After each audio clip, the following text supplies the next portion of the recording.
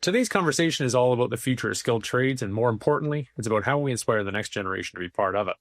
With rapid advancements in technology, we don't know what jobs will exist and what jobs will be created, but there's no doubt that today's job market is evolving.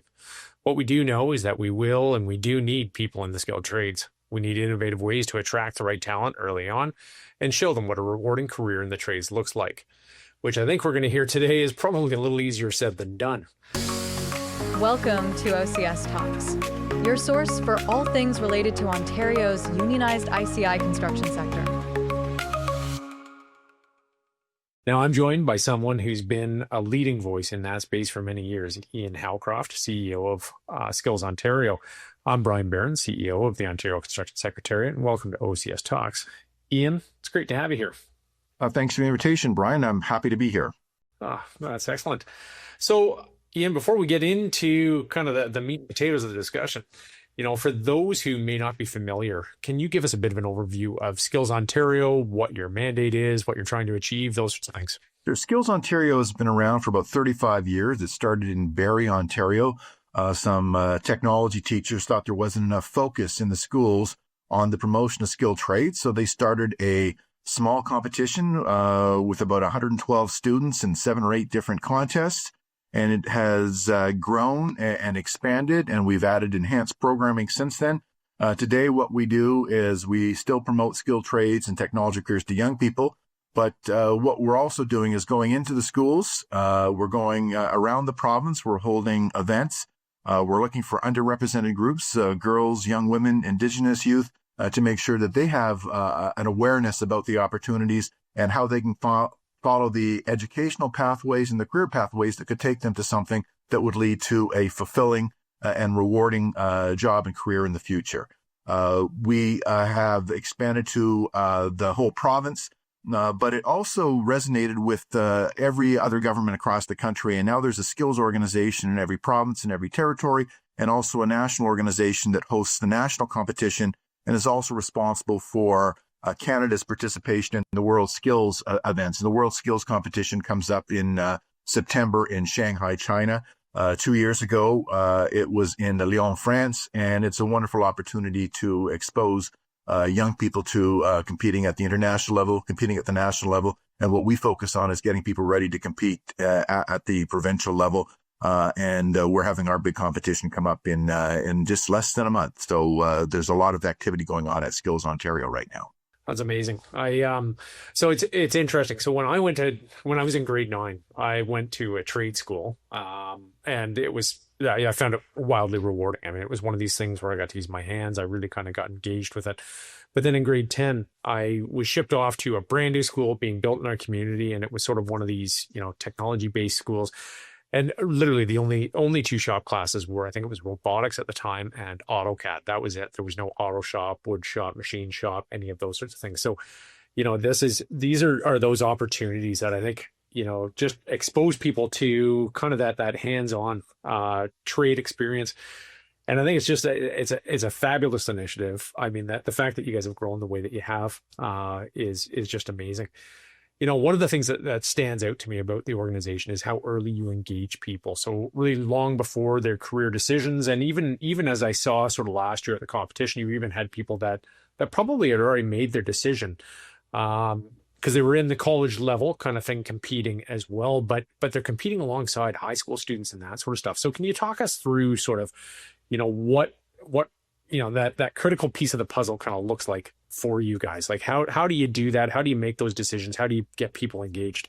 Well, we have a multifaceted approach to the promotion of skilled trades, and we go into the schools at very early ages. We'll go in kindergarten, grade 1, grade 2, all the way up to high school. And we also have significant partnerships with the college system as well. Of course, we tailor the messaging and tailor the promotional opportunities depending on the age, the sophistication, interest of the audience. Our sweet spot has long been grades 7, 8, 9. So you're getting them early enough that they can make decisions on their educational pathway that can help take them to their career pathway. But we also wanted to make sure people going into grades 7, 8, 9 had some information on or exposure to the skilled trades and technology careers. So we've been very well received at the early years, and we're doing more and more presentations at the elementary level. Last year, we did about 2,700 presentations and got in front directly of 150,000 students. We go in mostly in person now since the pandemic, but we do offer virtual opportunities too, so that we can get to schools when they want us, when it fits into their schedule, particularly if they are remote and they can't access one of our staff people who are spread around the province. We also try and ensure that we're getting students involved in experiential opportunities. We run a summer camp program. We do about 30 camps in the summer, again, around the province, some focused on Indigenous youth, some focused on Francophone youth. And we partner with the colleges so they have excellent facilities to use. These are week-long day camps, and it provides that experiential opportunity, again, focused on grades 8, 9, and 10 for the most part, but we try and make sure that we're as open and as many people that want to attend can. So if you're in grade 11 and want to go, you're welcome. If you're in grade 7 and you want to go, you're welcome. But it provides that hands-on try-a-trade opportunity to give them an opportunity to see what it's like to hold a tool, to build something, to weld something, and expose them to the skill trades, but in a fun way where they're making friends. They're having a wonderful week-long experience. We have some come back for a second or third year because they've enjoyed it so much. That's amazing. I don't know that I realized that you had started that early, grade 1, grade 2, and sort of through that elementary side of things. I mean, I think about how important that is when, like say somebody doesn't have a tradesperson in the family kind of thing. They may not have exposure at all. So the fact that you guys are out there just exposing them to the idea that there are these other jobs that are out there, I think is pretty amazing. So, I think so too, but I have a bias. Yeah, for sure.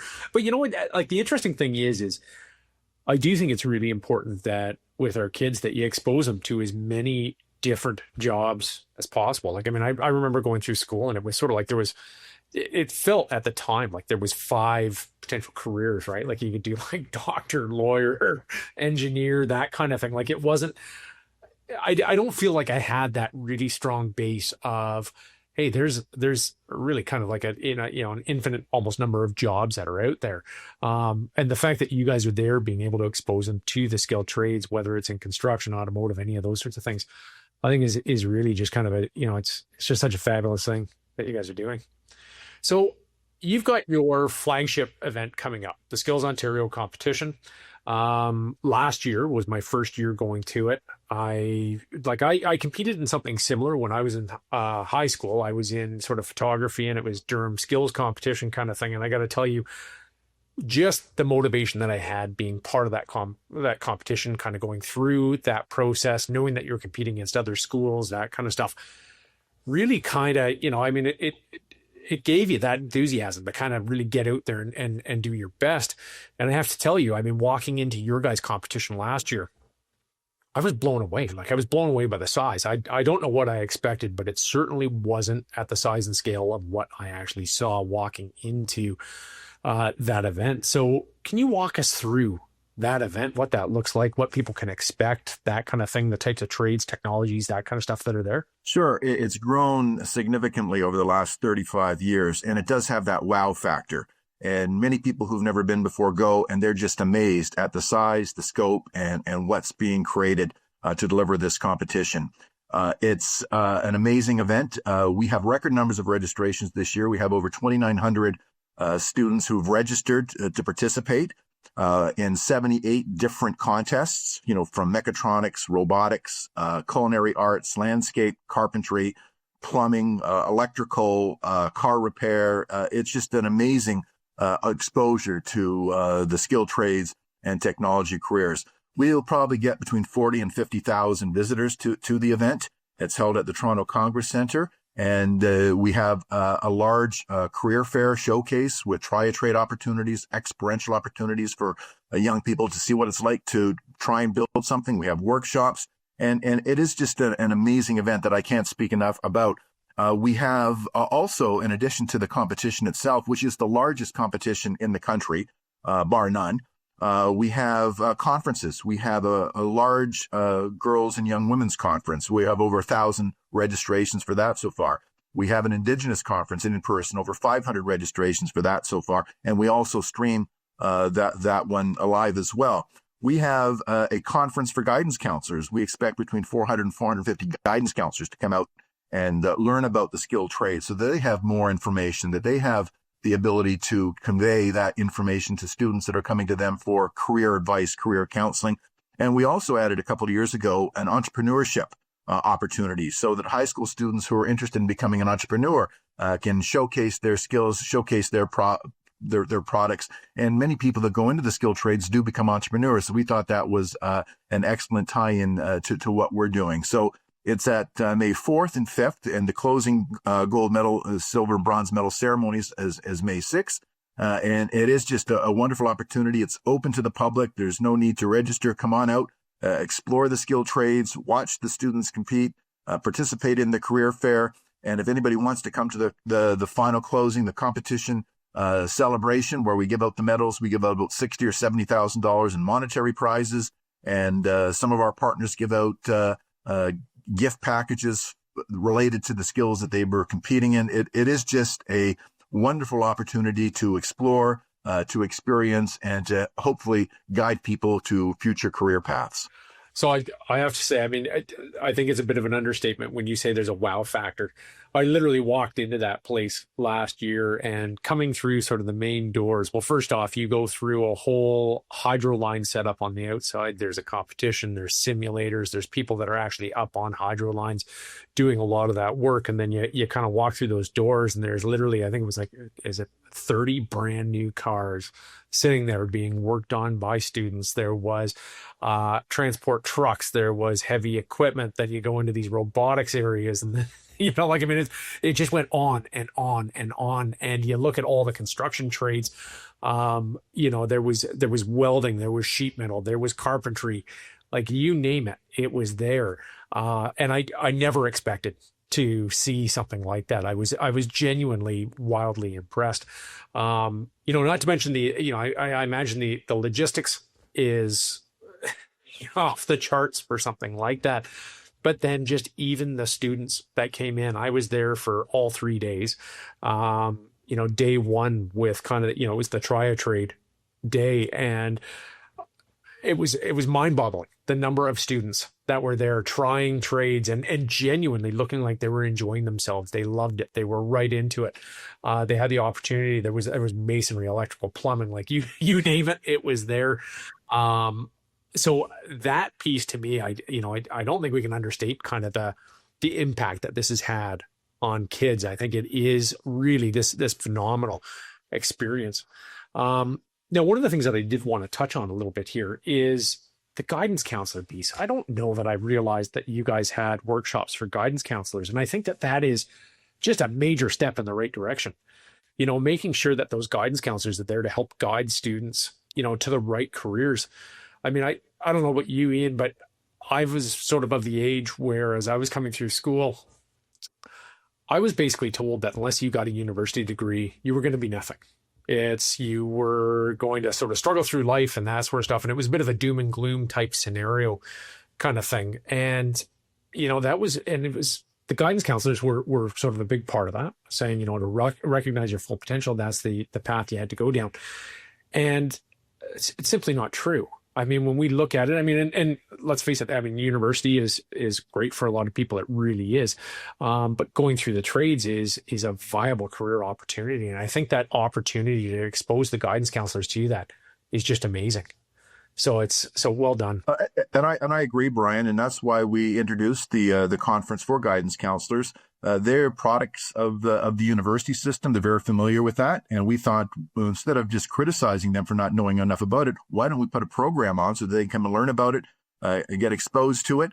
And we have a dedicated program for them in the morning and a lunch. And then in the afternoon, they get to tour the competition. They get to tour the career fair and learn more about what the skills opportunities are all about, to give them a bit more background, a bit more information, so that they can provide that assistance to students who are looking for this. There's nothing wrong, as you said, with a university career, but what we want to do is make sure young people have the whole array of career opportunities in front of them so that they can make a decision. They can make a selection that fits their needs, that fits their desires, fits their abilities. And if you don't get exposed to a skilled trade or technology career, probably you're not going to choose that because you just aren't aware of it. So that's what our goal is, to make sure young people have information on and access to the whole array of career opportunities that are available to them at as early age as possible, so that they do want to go into the skilled trades, they can take the courses they need. They can take the math courses, the science courses, and whatever other programming they need to pursue an apprenticeship or a college career, or a university and college and skilled trades career. Some do all three and then end up in a skilled trade. So what we want to do is make sure that all these routes are open and they're aware of all these different opportunities. And we also want to do that for parents as well. Parents have a huge influence and impact on the choices their kids make. So we want to make sure parents are aware of what these opportunities are. Dispel some of the myths, some of the negative connotations around a skilled trade. Let them be aware of it. I was in Ottawa last week for the Ottawa Catholic School Board. We had an opportunity to present, and in the evening we had about 150 parents and some of their kids come out to learn about the skilled trade. So I'm happy to say, at least anecdotally, the interest is growing. Our programming is growing. The interest is continuing to expand, and we're getting more and more people involved in finding out about the skilled trades, learning about what these opportunities are, and more importantly, what we can do to build partnerships to help make sure that we're leveraging all the assets that are involved in building a skilled trade career. I'm so glad that you bring up the parent side of things as well, because I think that the influence of parents on, younger kids, making post-secondary education choices and that kind of stuff, that's another big barrier that I do think we need to come across. And I mean, I'm going through it right now. I've got, my son and my stepdaughter are going to be going off to school next year, and it was something that I even struggled with. And I went through, I did university and then I did college afterwards. So like I've got sort of both experiences under my belt. And I even found myself having to sort of check myself a little bit and go, wait a minute, am I recommending certain things for my own satisfaction? It's sort of my own reward kind of thing. Or is it for their best or for their well-being, really kind of, understanding what they want to see out of life, right? And I think that parents do need to check themselves a little bit on that piece to make sure that they're really setting their career or their child up for success with this. I think I'm thrilled you guys are doing that. Now, one of the things, Ian, that I do want to kind of go into with kind of your big day is, day one is that try a trade. Day two is the actual competition. Then day three is the award ceremony. Can you walk me through a little bit of the competition? Is it people just going up competing that day, or are they sort of pre-qualified to get into the event? Well, it varies around the province. A lot of the school boards have their own regional competition to decide who they're going to send to the provincial competition. This weekend, in 7 college campuses around the province, we have what we call our qualifying competitions for some of the areas that are too popular, and we have to decide who can come to the competition. We just can't open it up to everyone. So we have 7 qualifying competitions for things like video production, carpentry, welding, and culinary arts. So we have that at 7 college campuses, and the winners from those ones will go on to the provincial competition. Some of the school boards, as I say, they'll have a regional competition to decide who will go. And we try and accommodate as many people as we can. As I said, we have over 2,900 registrants so far. That's a record number for us. Before the pandemic, I think we were about 2,400, but happy to say that after the pandemic, back in-person events has attracted a lot more interest and a lot more focus. And I have to say the Ontario government has always been supportive of Skills Ontario and skilled trades. But over the last 5 or 6 years, this government has made significant investments that has allowed us to expand our programming, to build the competition, to make sure that we're taking advantage of every opportunity to provide that hands-on, try-a-trade experiential opportunity to young people, which culminates every year at the competition in the first full week of May. And again, not to be too much on hyperbole, it is a wonderful event. And people come on the Monday, Tuesday, and Wednesday, as you did last year, Brian, but probably don't even realize they're blown away by the scope and size, but don't realize that we were there almost a week before that, setting it up, that we have 800 volunteers that come out to help us put all this together. It's a wonderful logistical opportunity to put all the pieces together so that when you walk in, you are blown away by the size and scope of Canada's largest skills and technology competition. I gotta tell you, I'm shocked that it's only a week before.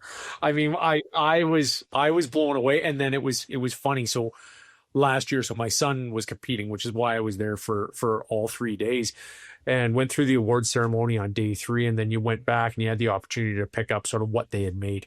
And going back into the actual venue where all of the action was happening, it was almost empty. Within that 24-hour period, you guys had that thing mostly cleared out. It's like the volunteers you guys have in there are just an army that set up and take down like nothing I've ever seen. So it's incredible. But It is, and we're very thankful for the support that we get from not only the Ontario government and the federal government, but from the partners that we have, for those that provide the equipment, the support, the funding that allows us to put this together. We work with the college system, huge partners of ours, with the unions and the training centers. They're all there to put together the largest competition that allows young people to get that hands-on opportunity to compete and hopefully move on to the national competition. There's 45 contests that we host that move on to the national competition, which takes place at the end of this month. And this year it's going to be held in Toronto. So last year it was in Regina. I think the year before that it was Quebec City and Winnipeg. This year it's in Toronto. So the Ontario students don't get to travel too far, but they will get to compete at that national level. And as I said, every 2 years there's a world competition. We have some members from Team Ontario that have been now part of Team Canada that will go on to China to compete at the Shanghai World Skills in late September. oh, it's outstanding. So with the, so where people compete, so there's a couple different streams that they can go through to get to the actual competition.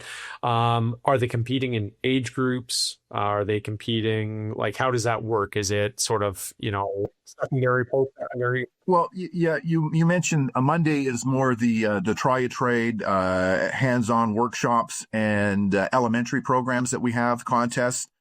We have an award ceremony for them after their competition on the Monday. The Tuesday is the competition for secondary students and post-secondary students. And they're the ones that move on to the national competition. We there's different contests for high school. There's different contests for colleges.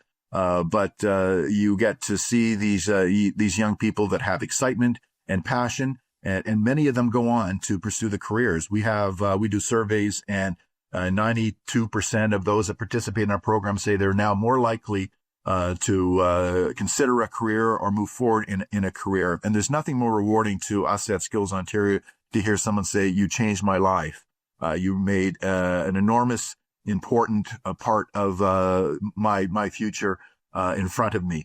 So it's great to hear that. In fact, we changed our mandate to, instead of we promote skilled trades and technology careers, what we say now is we're changing lives and inspiring leaders through skilled trades and technology. When the pandemic ended and we had the first competition for post-secondary students in Vancouver, I remember saying to a young man, "Is this your first time in Vancouver?" And he said, "This is my first time on an airplane." So this young man got to experience another part of the country, national competition, and went on to world competition as well. So it is a life-affirming, life-changing opportunity for many, many people. And that's what makes us so pleased and so proud to be able to promote skilled trades to our young audience and their parents, hopefully. And more parents seem to be showing an interest in coming out to support their sons and their daughters in the competition. The thing that I love about this, because there's been, over the past, I don't know, 5 or 10 years, there's been a lot of talk about trying to recruit people into the trades, get them in. And I think it's been largely successful. We are kind of seeing a shift, although we're still, we still need people. There still is a skilled trade shortage. We've got a lot of attrition through retirements coming up. But one of the things that we're really sort of focused on now is that retention side of things and making sure that people are in the environment that they want to be in, right? Like, we've done a great job in ensuring that, hey, that the pay is where it should be. The benefits are where it should be. We've got our eye on sort of retirement. It's sort of that we're really looking at these, as careers, not just jobs kind of thing.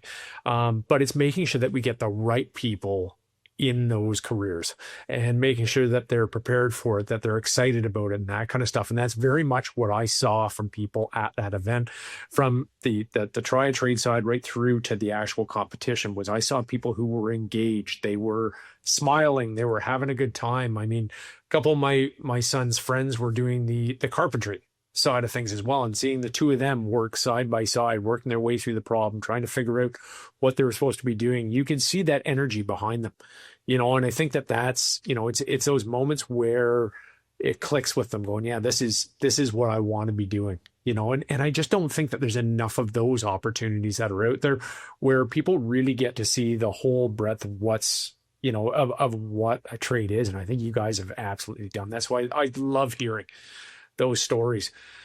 Now, in terms of in terms of funding, so you talked about sort of some funding from the government. You've talked about it from colleges and all that other stuff. Are there other sponsorship opportunities that are available to people so that they could be part of this as well? Yeah, we welcome anybody that wants to support, engage with us, to participate. And there's a variety of ways you can provide support. Some are just volunteers, which we need to put together our programming, to deliver our programming. Some provide financial support.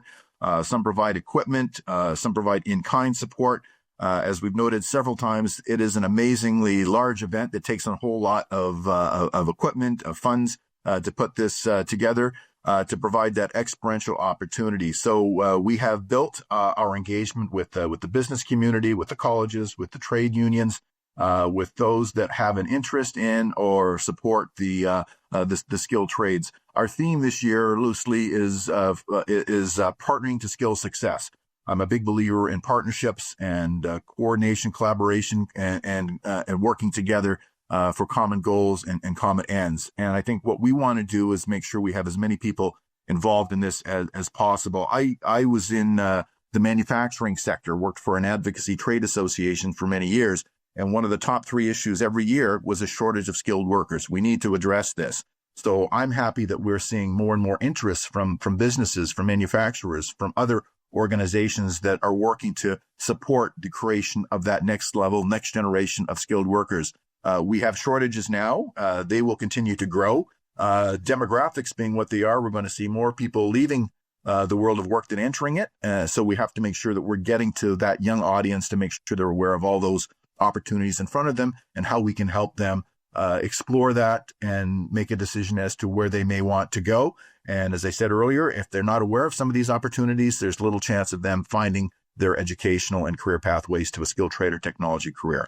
And we're also trying to make sure that our programming resonates and is relevant as possible too. We're always looking at the programs that we offer. Last year, we added cybersecurity. The year before, I think we added advanced manufacturing. So we want to make sure that our programming, our competitions have that resonance and are tied to what those new opportunities are. Everybody's talking about AI. You've mentioned it in your opening comments. That's going to have a huge impact on everything. So we have to see how that's going to impact the trade and skilled workers going forward. So we're trying to make sure that we're in front of the curve and engaging young people with information that's going to help them on their educational pathway, ultimately to their career pathway. Yeah, definitely. I'm thrilled that you guys are looking at that, because it is something that people keep talking about. And I think construction is going to be one of the, construction or even the skilled trades in general are areas where we're still going to need people hands-on for a while, for sure, into the future here. But definitely something that has to be considered. And also, I mean, I look at it and go, man, it's such a valuable tool in helping to plan our work, make us more efficient and that sort of stuff. So the fact that you guys are right in on sort of that, the beginning stages of that, I think is a really positive thing, exposing kids to that, so that they're ready to go when, more innovative tools come out and that kind of thing. So I think that's phenomenal.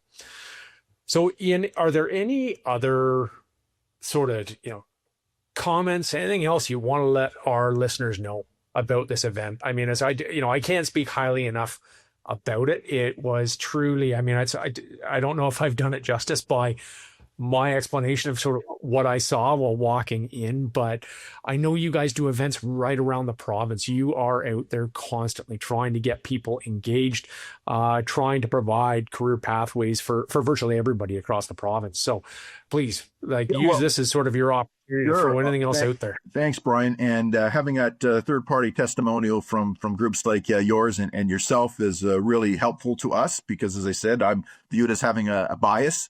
But we are doing some wonderful things. And I would refer people to our website, which has all our programming there, all the opportunities, all the events listed. As I said, we do probably about 100 events around the province, regional events, focused trade and tech days. One of our most exciting new programs is that we've developed a fleet of what we call our trade and tech trucks. So we can go out and provide students, parents, and others with that experiential opportunity. You can see what it's like to operate a crane, to drive an excavator, to see what electrical circuits are all about, an auto station, service sector station, do some hairstyling.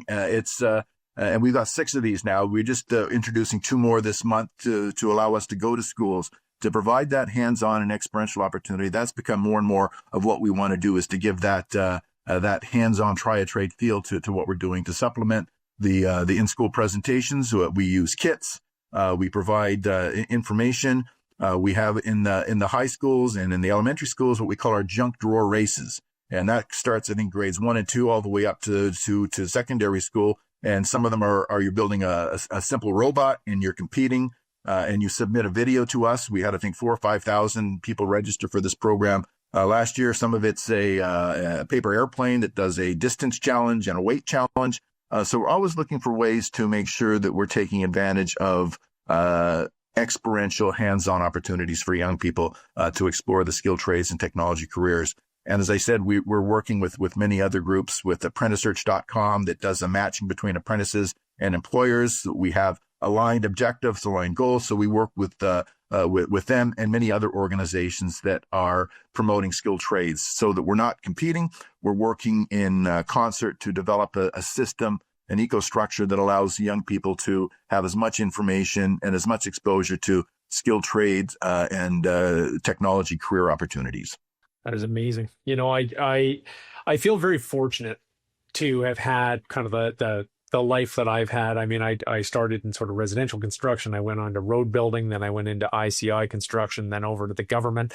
And I had the opportunity to really try out, if not all of the trades, at least a lot of the trades, and really understand sort of the things that I loved, the things that I didn't, and that kind of stuff. And unfortunately, I think a lot of people don't have that experience without folks like you. And I think that is really incredible. I think the work that you guys have done, how early you start, just the span and the number of people that you have the ability to sort of touch across the province and get engaged in this is truly inspiring. I mean, I'm amazed by it. Every time I talk to you, and you and I have sat down a few times now, every time I'm blown away by all of the different pieces that you guys do. And there's always something new that you're coming out with. So Ian, this has been a great conversation. The work that you guys do at Skills Ontario is critical to the future of our industry and to really kind of the future of the skilled trades in general. You know, if we're serious about solving these labor challenges, it starts with engaging young people early and showing them the opportunities that exist in the skilled trades. I brought Ian on today to help promote the amazing work that Skills Ontario has done in bringing the skilled trades to the education system, and for helping to reinforce the viability of the careers in the trades. I don't think that can be underlined enough. If you haven't been to the Skills Ontario competition or any of their events across the province, I really do encourage you to do so. It is inspiring to see how enthusiastic the students are when experiencing the trades for the first time, and seeing that moment when it truly clicks for them, that hands-on, application of kind of their, of things that they're interested in. I think that those are the types of things that we really need to be encouraging with young folks. So with that, I'd like to thank Ian Howcroft and Skills Ontario for their time today on OCS Talks. For more information on today's podcast and resources from the Ontario Construction Secretariat, please visit our website at iciconstruction.com and follow us on social media. Thank you. Ontario Construction Secretariat. Knowledge to build on. Visit iciconstruction.com to learn more.